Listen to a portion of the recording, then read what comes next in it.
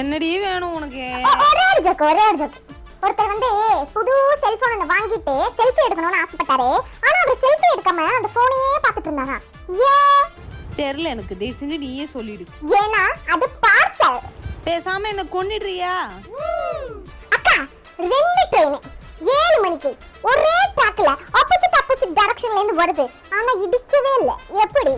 ஏன்னா நீ வந்து ஒரு பைத்தியம். Wrong answer. ஏன்னா ஒண்ணு வந்து காலையில 7 மணி, இன்னொன்னு நைட் 7 மணி. அப்பா கடைசி ஜோக்.